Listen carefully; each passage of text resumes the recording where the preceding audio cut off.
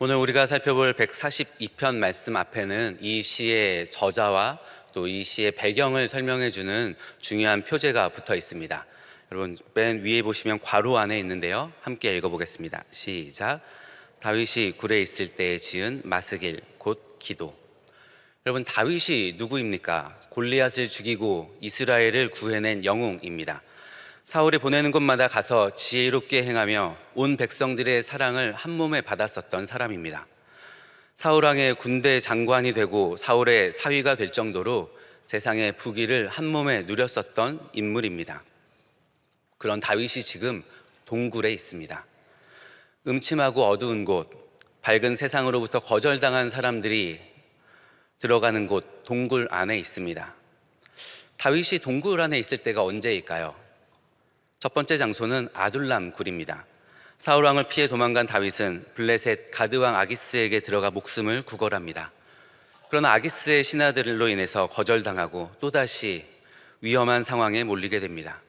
결국 이스라엘의 영웅 다윗은 대문짝에 몸을 그적거리고 침을 수염에 질질 흘리면서 미친 척을 하게 됩니다.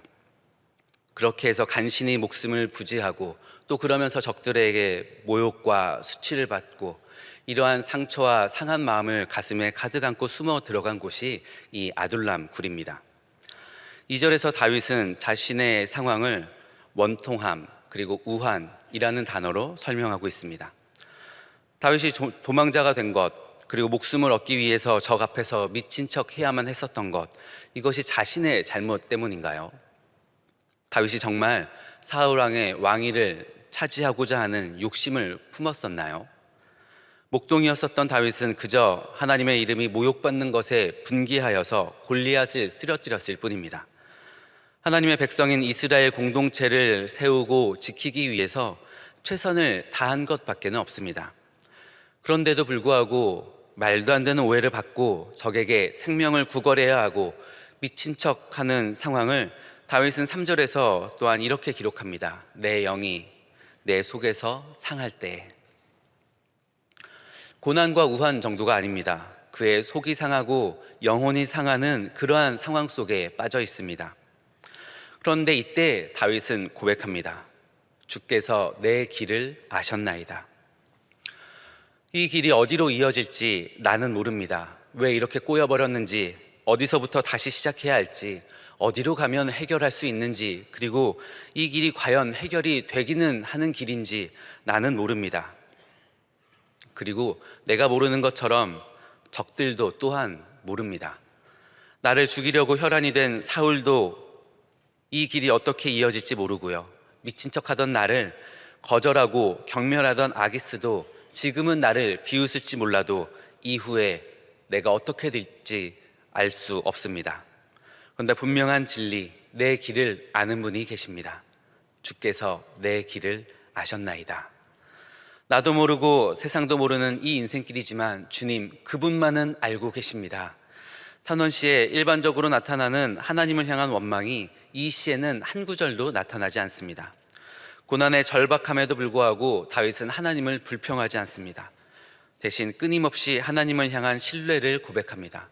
주께서 내 길을 아십니다. 주는 나의 피난처이십니다. 주는 나의 분깃이십니다. 우리가 살아가다 보면 상황에 몰리고 어려움에 마음이 짓눌릴 때가 있습니다. 이제는 끝입니다. 나라는 사람이 이 땅에 생존할 수가 없습니다. 지금까지 수고하고 애써온 나의 삶이 다 실패하고 그 의미를 잃은 것만 같은 그때 대부분의 사람들이 반응하는 패턴이 있습니다. 사람들은 원망합니다. 누군가에게 분노합니다. 솔직하지 못합니다. 자신에게 성실하지도 못합니다. 그리고 지금 이 상황을 정확히 직시하지도 못합니다. 그런 사람들에 대해서 철학자 니체는 이렇게 말합니다. 그의 정신은 은닉처와 뒷문을 좋아한다. 고통의 무게에 짓눌려서 숨어버리거나 위기를 빠져나갈 뒷문, 정직하지 않은 다른 어떤 방법을 찾게 된다는 말입니다. 다윗 역시도 원망하고 하나님께 분노할 수 있습니다. 자신의 삶을 포기할 수도 있습니다. 그러나 다윗은 무너지지 않습니다. 내가 소리내어 여호와께 부르짖으며 소리내어 여호와께 간구하는도다. 두려움에 자기 영혼이 삼켜지지 않도록 여호와께 간구합니다. 그 상황 속에서도 무너지지 않기 위해 용기를 냅니다. 어떤 분은 이 용기를 이렇게 표현합니다. 존재하려는 용기. 어떤 용기라고요? 존재하려는 용기. 내가 망하게 될 것을 인식하더라도 이거 하나는 긍정하자는 것입니다. 지금 내가 이 세상에 존재하고 있다는 것, 내가 여기에 그리고 아직까지 살아있다면, 아직 내가 끝난 게 아니라면 죽을 때 죽더라도 긍정적으로 살아가는 용기입니다. 이것은 번영신학에서 이야기하는 긍정의 힘과는 다른 것입니다. 내 존재에 대한 긍정은 하나님에 대한 긍정에서부터 시작되는 힘입니다. 의심의 불안 속에서 하나님이 사라져버린 것 같습니다. 그러나 다윗은 하나님을 신뢰합니다. 다윗이 지금까지 경험했었던 하나님이 없다 생각될 때에 나타나셨던 하나님, 살 길이 없다 생각될 때에 새 길을 내셨던 그 하나님으로 용기를 냅니다. 설령 내가 죽더라도 반드시 존재하시는 하나님을 긍정하면서 다시 힘을 냅니다. 주께서는, 나는 모르고 세상은 모르지만 주께서는 내 길을 아십니다. 혹시 실패와 절망과 불안, 허무로 삶이 무너지는 것만 같은 상황에 있는 분이 계시다면 하나님을 긍정하십시오. 나를 사랑하셔서 자기 아들을 내어주신 하나님, 자기 몸을 찢으셔서 우리에게 살 길을 내신 성자 하나님을 긍정하십시오. 우리가 사방으로 우겨쌈을 당하여도 쌓이지 아니하며, 답답한 일을 당하여도 낙심하지 아니하며, 박해를 받아도 버림받지 아니하며, 거꾸로 뜨림을 당하여도 망하지 아니하고, 우리가 세상의 모든 것을 다 잃어도 절대 빼앗기지 아니하는 한 가지가 있습니다. 우리가 항상 예수의 죽음을 몸에 짊어짐은 예수의 생명이 또한 우리 몸에 나타나게 하려 함이라. 예수의 죽으심입니다. 나를 대신하여 죽으신 예수의 십자가, 그 십자가를 통해 회복된 하나님의 사랑, 그리고 우리를 구원하신다는 하나님의 약속이 있습니다.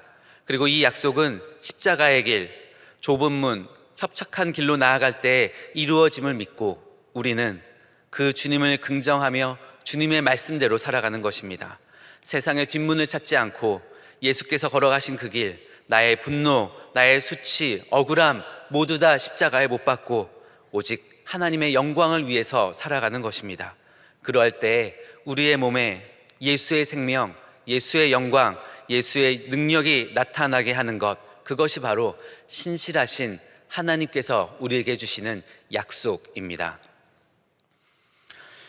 앞부분에서 다윗은 고난의 처지에서도 하나님을 기대하며 소리 높여 간구하였습니다. 그리고 마지막 7절에서는 고난 속에서도 하나님을 기대하는 사람에게 나타날 삶의 결과를 이야기하고 있습니다. 우리 함께 7절 말씀 읽어보겠습니다. 7절 시작. 내 영혼을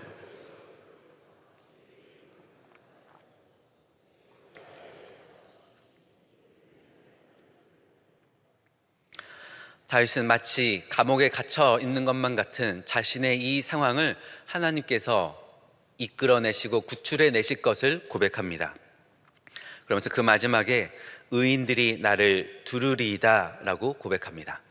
이 말씀은 새 번역에서는 의인들이 나를 감싸줄 것입니다. 현대인의 성경에서는 의로운 자들이 내 주변에 모여들 것입니다 이렇게 번역합니다. 하나님을 믿고 하나님의 때를 기다리면 의인들이 각 처에서 달려와서 다윗을 돕고 감싸줄 것을 기대하게 하는 구절입니다.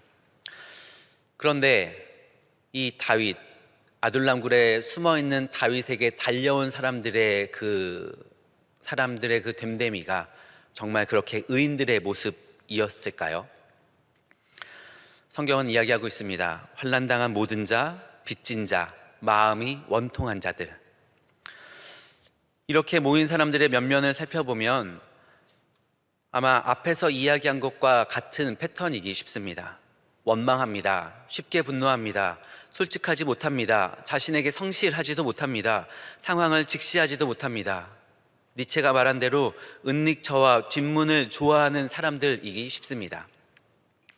만약에 여러분이 어떤 어려움을 당하고 그래서 피해 다녀야 하는 상황 속에, 그리고 먹을 것도 없이 앞이 막막한 상황에 처해 있는데 이런 사람들이 찾아와서 함께 지내자라고 이야기한다면 여러분 반가우시겠습니까? 혹은 도망가고 싶으시겠습니까? 다윗이 자신을 도울, 자신에게 힘이 되어줄 그러한 의인을 기다렸다면 이 사람들 절대 받아들일 수 없는 사람들입니다. 하나님, 왜 저에게는 이렇게 힘든 사람들만 보내십니까? 하나님, 저를 버리신 것입니까? 더 큰 원망과 실망을 가져다 줄 사람들입니다. 그런데 다윗은 이들을 받아들입니다. 이들과 함께 지냅니다.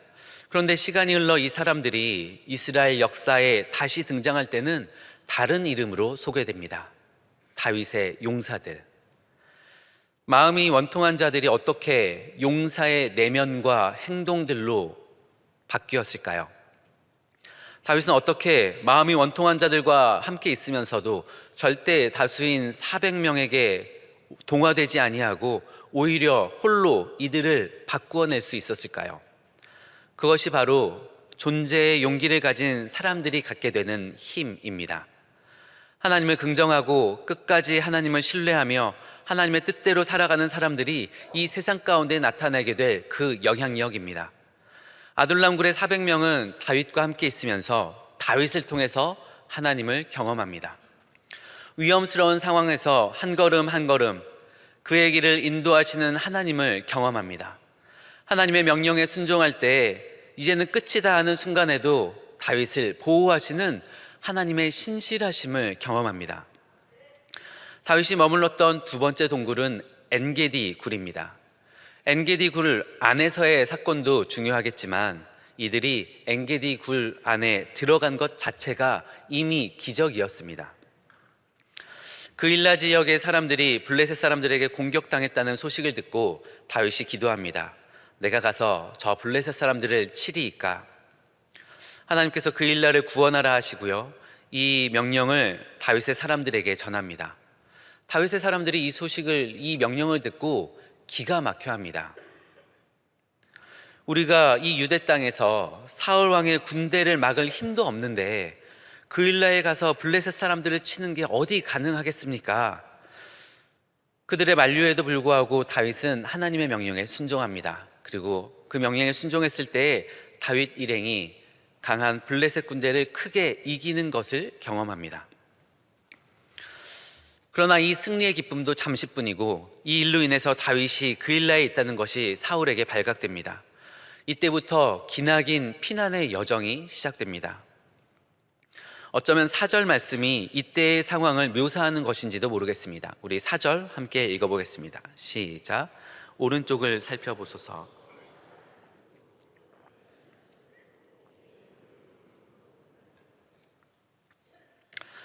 사울왕이 다윗을 잡으러 찾아오는 그때 다윗이 구해줬었던 그일라 사람들마저도 다윗을 지켜주지 않고 사울왕에게 내놓게 됩니다. 십광야에 숨게 되지만 그 십광야의 사람들에게 또한 다시 이 다윗이 여기에 숨어 있다라고 밀고를 당합니다. 마온 광야 아라바로 피하고 추적을 피해 더 깊숙한 곳 광야 황무지까지 쫓겨갑니다. 그런데 이곳에서도 다윗의 위치가 발각되고 오히려 도간에 든 쥐가 되어서 산 양쪽에서 협공을 당하는 처지가 됩니다. 하나님 말씀에 순종했다가 사울 왕에게 붙잡힐 위기에 처했는데요, 다윗은 이때에도 불평하지 않습니다. 자신이 위기에 처해도 하나님의 말씀에 복종하고요, 이 일로 어려움을 당해도 여전히 하나님을 신뢰하며 하나님을 바라봅니다. 우리 5절 다시 한번 읽어보겠습니다. 5절 시작. 여호와여, 내가 주께 부르짖어 말하기를 주는 나의 피난처시요 살아있는 사람들의 땅에서 나의 분깃이시라 하였나이다. 마침내 다윗을 눈앞에 둔 상황에서 사울 부대에 전령이 도착합니다. 급히 오소서, 블레셋 사람들이 땅을 침노하나이다. 하나님은 없다 하는 순간에 나타나시는 하나님, 이제 하나님도 어찌할 수 없다 하는 상황에 새 길을 여시는 하나님. 다윗의 사람들은 순종하는 한 사람, 하나님을 끝까지 긍정하는 이 다윗을 통해서 살아계신 하나님을 경험합니다. 기가 막힌 타이밍으로 자기 백성을 구하시는 하나님을 경외하게 됩니다. 그러면서 점점 이 사람들이 의인이 되어 갑니다. 하나님을 긍정하는 다윗을 통해 원통하는 자였었던 이 사람들이 의인이 되고요. 또 다윗은 후에 의인이 된 이 사람들에 둘러싸여서 예루살렘 성으로 입성하게 됩니다. 내 영혼을 옥에서 이끌어내사 주의 이름을 감사하게 하소서. 주께서 나에게 갚아주시리니 내 의인들이 나를 두르리이다. 주께서 갚아주시고 주께서 의인으로 이 다윗을 두르셨던 그 방법은 전혀 다른 누군가를 보내셔서 도우시는 것이 아니라 내 곁에 있었던 그 사람들, 그들 역시도 상처 입고 그들 역시도 그 마음이 상해 있는 그러한 사람들을 내가 돕고 섬기고 그들 가운데 하나님을 보여냄으로써 또한 그들이 의인으로 세워져 다시 나를 돕게 되는 그러한 선순환의 구조로 이 7절의 말씀을 성취시켜내고 계십니다. 한때 과학자들이 열광했었던 연금술이라는 것이 있습니다. 철이나 구리, 납 같이 보잘것없는 것을 사용하여서 귀한 금, 은으로 만들어내려고 하는 화학 기술입니다. 그러나 이 과학의 연금술은 모두 다 실패하고 맙니다. 그러나 이 연금술이 성공하는 분야가 있는데 그것이 바로 신앙입니다. 신앙은 연금술입니다. 고난이라고 하는 보잘것없는 것을, 누구도 좋아하지 않는 것을 하나님을 경험하는 놀라운 은혜로 바꾸어내는 것이 신앙입니다.